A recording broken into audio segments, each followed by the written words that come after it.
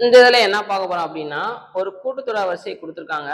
கொடுத்துட்டு T25 minus T15ஓட மதிப்பு என்ன அப்படின்னு கேட்குறாங்க. அதாவது இந்த கூட்டுத்தொடர் வரிசையில் 25வது இடத்துல ஒரு உறுப்பு இருக்கும், 15வது இடத்துல ஒரு உறுப்பு இருக்கும். அது ரெண்டையும் மைனஸ் பண்ணால் என்ன வரும் அப்படின்னு சொல்லி கேட்குறாங்க. சரிங்களா? ஷார்ட்டாக எப்படி பண்ணலாம் அப்படின்னா இந்த ஃபார்முலாவை ஞாபகம் வச்சுக்கோங்க. Tm மைனஸ் Tn அதுக்கு ஃபார்முலா என்ன வரும்னா m minus n into d. D அப்படிங்கிறது பொது வித்தியாசம். கீழே இருக்கிற நம்பரை அப்படியே மைனஸ் பண்ணிட்டு பொது வித்தியாசத்தால பெருக்கினா போதும்.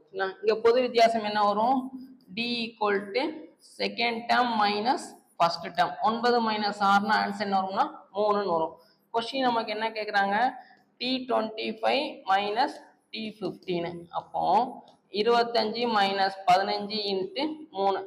25ல் 15 பேசினா என்ன வரும்? 10ன்னு வரும். 10 இன்ட்டு 3 ஆன்சரு 30ன்னு வரும்.